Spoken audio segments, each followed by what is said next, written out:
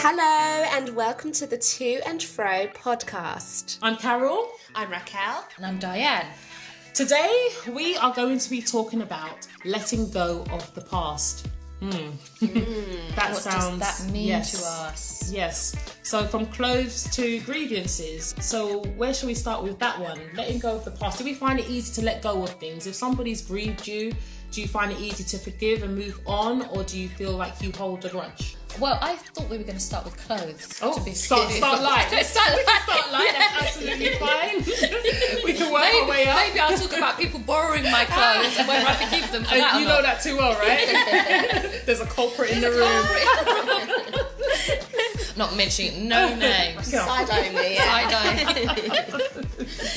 Yeah, no, I think, let me see, with forgiveness, I think it's a difficult one for me because I think I can be quite a jovial, friendly person. I'm very loving and I don't really like to let go of any people. Like if I've accepted you in my life as my friend, I can have very little in common with you, but still think to myself, I can see value in you. Like, you know, even if it was like not that I've got friends that run around mugging people, right?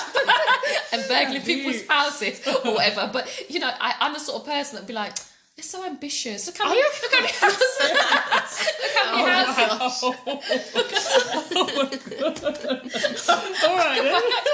I couldn't find value in anybody's fucking how ambitious. How ambitious they are. So I kind of try to find the good in people. Let's put it that way. So but then if someone's wronged me in some way, I find it difficult to forgive them if they're not asking for my forgiveness. I don't mind someone saying, I'm sorry, I did wrong and this is what happened. But if they're not asking for forgiveness, then that to me is the difficult problem. Like I had a situation once where somebody sort of like they were having a wedding or something like that, but then I wasn't invited. Then you can't bring it up because that's their own choice. That's their wedding. So did they not come to you and say, oh, I'm not inviting you to my wedding? Or you just heard about it through the grapevine? Pictures. Oh, wow. Yeah. And you thought you were good friends? Yeah. So for me, it was kind of like you kind of just get on with it because that's your choice. But at the same time, it was something that hurt me quite a bit. But then that person is not apologetic about it because they've got their own stance on it. So, you know, there's always two sides to a story. So their side to the story is obviously, well, this is my family now. And you've kind of got to understand that. I can't really apologise for it. But for me, it was kind of like, well, I thought that something as significant as that, I should be included. So, I mean, they don't all have to be big situations like that. And I'm genuinely try to give people their space to kind of find themselves in and out. And that's not necessarily the right thing to do, I don't think. But other than that, I think if someone says sorry, I'm fine. What about if they say sorry and do the same thing again? I think I'm a hoarder with my clothes and with people. I'm a hoarder. I don't know. I feel like with you, because you're so, like you said, you see the good in people. So even if they don't outrightly apologise to you, I feel like if they come across like they're trying to make a difference or they're wanting to still be in your life and have that friendship with you still, I feel like you're still quite open to carrying on that relationship, which is good. Yeah. Whereas I feel like once you've done strike one, strike two, you're out. That's me. I feel like that. Like I feel like I've seen your true colours and I don't think that meshes well with my character. I think that it depends on the offence. If it's something as trivial, I should say, well, if it's something as trivial as they took your chocolate bar and he's like, I'm saving that for next week or something like that. Oh, sorry. And he'd be like, okay, so something like that. But if it's something, as you said, that where you thought your friendship was of a certain standard or certain level and you thought you would get invited to something as poignant as a wedding and then you weren't, and then they didn't even see that as an issue or they didn't want you to join, it definitely would change the dynamics between that relationship. It definitely does change because of what I was saying. In that situation is that person didn't see they hadn't seen they'd done anything wrong. Right. Yeah. So that definitely, what I might still allow them back into my life, but the dynamics will change. Yeah. Like what I can do is I can, just like clothes, I can store them. Just what I mean. I think I've got levels and compartments rather than dismissing the friendship altogether. I compartmentalise people. What about you, Carole? How do you deal with me? How do I deal with? I feel like I've grown a lot. In the past, it would literally be, you do me something wrong, that's me and you, as you said, done. Like, you can be an acquaintance, but you're not friends. I can tell you, I don't have many friends. I have a lot of acquaintances, but I think calling everybody a friend is a dangerous, well, it depends what you qualify as a friend. Because I feel like friendship shouldn't be one person giving everything and the other person not giving anything back. I'm not saying that you should just give to receive. It's not what I'm saying at all, but I feel like it should be that you mutual understanding, and you both benefit from being in each other's presence or being in each other's lives. But if you feel like you're always giving and the other person just taking, it can be draining. And then it can become frustrating, and then it kind of feels like, why am I in this friendship if I feel like I'm just pouring everything out, and that person doesn't really care about me. And knowing it's how quite to abusive express... if you're giving and not getting back. Actually, definitely. And especially if you've raised that with the person, and they may be dismissive of your feelings, or they're like, well, I'm your friend, and you should do these things for me anyway. So it just depends on the attitude of the person. I feel like now, because as I said, I've decided not to let other people affect me. So I'm responsible for my own happiness. I think because I've now taken ownership of my happiness, if somebody doesn't act in the way that I would like them to act, I don't then feel like hurt or whatever and be like, oh, okay, yeah, you didn't do what I wanted you to do. Because I'm like, you know what? You're not me. If I was you, I would treat me in this way, but you're not me, and you've chosen to do that. So you know what? It's cool, but I'm just going to be here with the people that I know actually love and care for me, and And are you willing to discuss it with that person first? If I value them, observe it depends how much I want them to be in my life, I guess. Because that sounds like you're compartmentalising as well, though, in a way, because you're categorising them differently. Is that right? Acquaintance. I would say it's very hard for me to say this is my friend. So if you're a friend, it's a privilege. That's right. It's true. And do you feel that you have the same kind of the same kind of, what do you call it, structure with family and friends? So when it comes to, because you can fall out with people in your family as well, so I think you're more forgiving for your family, aren't you? Which is weird, because why you shouldn't really be more forgiving with your family than you are with your friends, because you choose your friends. You're responsible for choosing those. You're given your family a default then, But I feel especially in certain generations, I think, because I've noticed that, say, like with my parents, they were like, oh, you have to talk to them, or you're going to go meet your cousin, and you come out a little Jamaican there, sorry. Excuse me. What? No excuse, it's fine. Bring it. No, you have to talk to your family, to your cousin, and you're automatically supposed to have this kind of love there for them already. Yeah. How about you then, Raquel? I know what you mean. I think you're going to have... You're gonna have to have more tolerance of people that are in your family, I suppose, because you that's your blood, and you've grown up with them. So maybe you'll give someone more chances if they've hurt you, or you want to sit down and talk about it. So it's not that easy to kind of mentalize a family member as much as a friend. But I've had fallouts with relatives before, and you kind of want to talk through it. But I feel for me, if that person's hurt you and that's their character and that's just their way, and we're not getting on in a certain situation, and I feel like that has to be a line. I feel like you still have to draw a line with that person, because they're doing you wrong, they've hurt your feelings, and we're not in that. Do you feel like you have more tolerance for a family member as you do a friend, or do you treat them both the same though? For me personally, I think I treat them the same. I feel like if that's your character, and so would it depend on the offence? It depends on the situation and why we've fallen out. But I'm the kind of person that likes to observe a situation, observe you as a person. So if you're not willing to change, or if that's your character and it doesn't mesh well with mine, then instead of me being hurt in that, continuing to be in that situation where I'm constantly feeling hurt or constantly falling out, then you've kind of got to protect yourself and have that barrier up. That's why I say it's different generationally, because I feel like my parents' generation, that would have been a case of, go back and talk to your sister now, or go back and you could be in the same party or occasion, and you have to go and talk to that person, or you have to kind of make up, because you're family, you mustn't argue your family, and that's it. Where now you're being the age that you are, the generation that you are, you're actually thinking, no, rightly so, supposedly, you know, if you kind of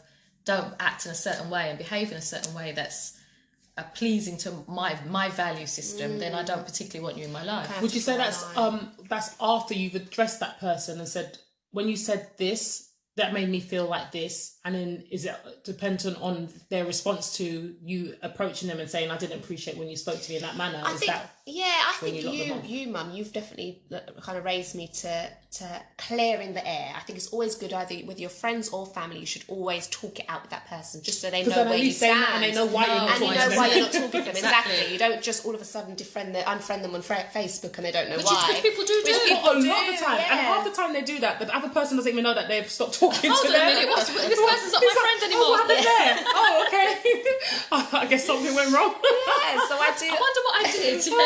Yeah, and that's terrible. So I believe you have to clear the air just so that person knows, you know, where you're coming from and where they went wrong. But then after that, you can then make the decision whether to I've had some people say to me, it's not happened to me directly, but I've had somebody say to me that somebody stopped talking to her. And she obviously didn't know what had happened. And on several occasions, she said to this person, have I done something to offend you? Yeah. And the person was like, no. And she's like, but she literally just stopped talking to her. She's like, no, seriously, like, they were in the gym together. Yeah. And she's like, hey. And she's like, hey. And she's like, no, honestly, have I done something to you? Yeah. Like, here I am asking you what's going on. And the other person was like, no, everything is cool. Do you know why I think those things happen as well? Because I like Raquel's right. I would say to her, at least let the person know what they've done wrong. You can make a decision to separate from that person from then on, but at least you've let them know what's upsetting them. But not everybody feels that you deserve that kind of time. So people have got different ways of looking at it. And I've heard somebody say before that they heard that somebody said this about them, for example. Okay. Exactly. Third party said something. And so in that situation that you just gave, Carole, that might be that they don't want to say who told them. So if they said to that person, yeah, exactly, and that's my thought. It's like that person go to the source. Did you say that? Yeah, because I heard from Sally. Sally told me. Sally told me that you said. Right, that's it. Exactly, because Sally could be lying. Exactly, right? But they don't. Like exactly. There's a lot of Sallys. Yes, definitely. Yeah, a lot of Sallys. So, or Sally might have done something and she knows if they're not talking, and they never find out. Exactly. Yeah. I think there's a lot of miscommunication in a lot of areas. And you're right, when you confront it squashes that, because then you're giving that person the opportunity to say, okay, this is why I'm not happy with you. Yeah. Do you know? And then at least then you can know why. And if it is finished, it's finished, but at least you know why it's finished. So when they say, oh, you're not talking to her anymore, what happened?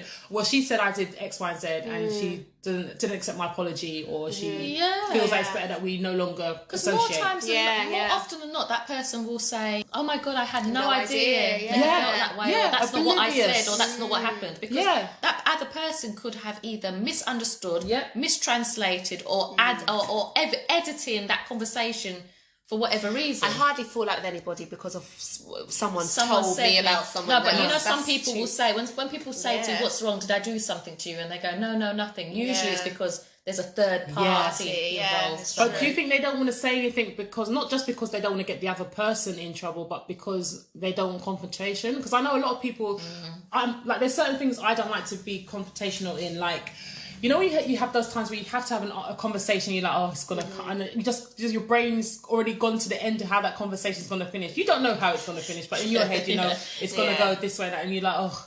So you just rather just ignore it, and then it's like it's never happened. So do you think that could be a reason why when people say, what's wrong, what happened, they're just like, you know what? Oh no, I've just been busy. Or maybe you could just get that Sally to explain it's that person. Yeah, so go talk to Sally. Ask Sally. Sally will tell you what happened. So that could be that. Sally likes to talk. It's like chat, not long. So if you were to bring this into boy and girl relationships now, so letting go of the past with romantic relationships, and you were talking about clothes, you know, maybe when you're in relationships you tend to have each other's clothes items and stuff that you might do you not? No? Like they come around to I don't sleep around and have people leaving clothes at anyone's house. I don't know what you mean. When you're in steady relationships then can't remember where I left my jumper. Let me see. Look at my diary. So what, you'd hold on to it? Is that what you're saying? When you're in steady, serious relationships, and if you Boo? Do sorry. and you might have like a jumper, like you said, or even slippers. Like I remember my ex-boyfriend used to leave his slippers at my house. So little things like that. So when you've broken up with that person, do you use that a way of getting, everybody to does letting go that. of the past? Do you get rid of their items, or do you hold on to it because it's memorabilia? I wouldn't. Like, when am I holding on to your things for? If you're no longer in my life, why am I holding on to anything that will remind me? I mean, if it was like I broke up with that person, I definitely don't want his stuff. If you broke up with me, why would I keep it? Like, I think most people use clothes and items as a way to test whether it's really over. I don't think anyone hoards exes things necessarily. I think it's more of a way of kind of putting the olive branch out there or the carrot or whatever for an agenda to see if it's, the door is completely closed. In regards to letting go of boyfriends altogether, there are so many people out there that don't, no matter how badly they're treated, they don't want to let go of a relationship, and so they can break up and make up and break up, and they can those kind of those relationships never kind of work out well. Those on and off things, because if it's on, it's okay, but if it's been off at any point, then that's kind of you. That's a big red flag. And usually it's like, we can't do without each other. We hear these women dangerous. You should be able to do without. Can't do without each other. We keep breaking. But that's what kind of steady relationship can you expect? What kind of steady, it's constantly on and off, committed relationship can you actually have with somebody who you can't let go of? Taking it a bit lighter, when you're talking about clothing and stuff like that, do you find it difficult to get rid of items you brought maybe 10, 20 years ago? Because I was looking in my wardrobe the other day and I was like, that dress, I had that since when I was 12. You know what I mean? Like, when I was a lot younger. So I'm like, how have I still got that? But it's in still good condition. There's nothing wrong with it. But like, I don't throw anything. You definitely I don't throw anything. I've got that sellotape roller thing and start taking the fluff off of it. I think my rule is, if I've not worn it for 2 years, I'll chuck it out. And then you just wear my stuff. And then I'll wear your stuff. But there'll be times when I go to throw things out and I'll be like, but that might work when I need to go in for this kind of audition, or if I need to go there. Because I used to work in an office, and so I had lots of suits and shirts and things. And then obviously now working in this industry, you don't really tend to wear suits and things. So I got rid of quite a few things. And then I had a self-tape to do for a clerical a lawyer or something it was. And I was like, oh my gosh, I was struggling to find one shirt to go and put on. And I was like, see, now if I hadn't thrown away those shirts, I'd have been fine. So it's like, I guess it's about finding the balance. It's hard. But I think it's sometimes, though, like how I remember things to look art. So it's probably good you threw that out. Because I can go and, like, I've got, Raquel's really organised. She throws stuff out and then she's got everything nice and neat, and she can tell if I've gone in her wardrobe, because it's all folded up. Everything's all, she's all folded up and everything's in its right place. With me, I'm like, there was a bag of stuff this is my retro bag, you know what I mean? Retro bag of stuff. And I'll go and I'll go, I've got a nice white shirt to go with that. And then when you look at it, it doesn't look anything how you remember it. It doesn't. It's got holes by the zip. It's done its time. Yeah, it's done its time. And I'm like, but I think it will come back because everything repeats. What's it called? Put the hole in there. Fashion repeats. Put nail varnish on it. Yeah, sounds like I think it is good to get rid of things, because it is true, isn't it? Because even though it may, as I said, it may still be in good condition, but maybe you've outgrown it. Because sometimes I look at things and I'm like, that's still perfect. Somebody could wear that, but just not me anymore, because maybe it's just not suiting my style anymore, or it's just not who I see myself as anymore. So would you give it to the charity shop then? I do sometimes. I used to go, there's what they called cash for clothes. You know, those places you can go to and you can get a little money back. But it wasn't worth it. And I was like, let me just give it to charity, because by the time you drive up there and give them the whole bag of stuff, and then they give you back a £20, you're like, where's the rest? And they're like, that's all we weighed. They're like, oh, don't worry about it. So so now charity, or I go to the clothing box. You know the boxes that you have the recycling. So I'll do that if I can. But I'm trying to declutter and keep life simple, minimal. So I try not to hoard things anymore. So I think it's good that we're both in the same clothes size, aren't we? Like, well, that's fortunate, so you can share each other's stuff. Yeah. I can't borrow anything from you because you're shorter than I've me. given you my dress, so you I can know, wear where did it reach? wear a nice top. Exactly. You're not taller than me. So. Yeah, so it's good that I hoard because I've got things that I can wear for like really kind of glitzy places, and I've got my casual. Well, actually, I've got more kind of glitzy stuff than I do actually to go up and down. So Raquel's always like, "Why is there no in between with you? You're either really mash, or you look good." Yeah. Well, at least it's two, one or the other. You know what you're getting. Yeah. Thank you very much for joining us again on episode 2. Please tune in next time where we will be discussing relationships. How public are we with our private information? Look forward to seeing you then. See you then. Bye.